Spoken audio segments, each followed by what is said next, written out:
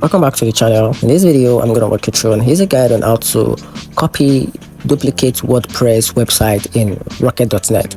So let's dive into it. So first thing to do is to go to rocket.net and sign in into your account using your email and password. Then from the main dashboard, select WordPress site you want to duplicate. Then the next thing to do is to click clone site. So look for the clone site or copy site option, usually found under site settings or the site action menu. So from there, you have to select where you want to duplicate the site. So you can copy it to a new domain, subdomain, or a staging environment. So review the settings to make sure the target domain and the regions are correct. So click clone or start to begin copying your WordPress website. So Rocket.net will handle the full duplication automatically.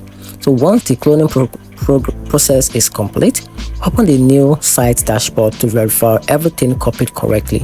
And that's how you can easily copy or duplicate WordPress website in Rocket.net. Hope you find the video helpful. Turn on the notification button and subscribe for more.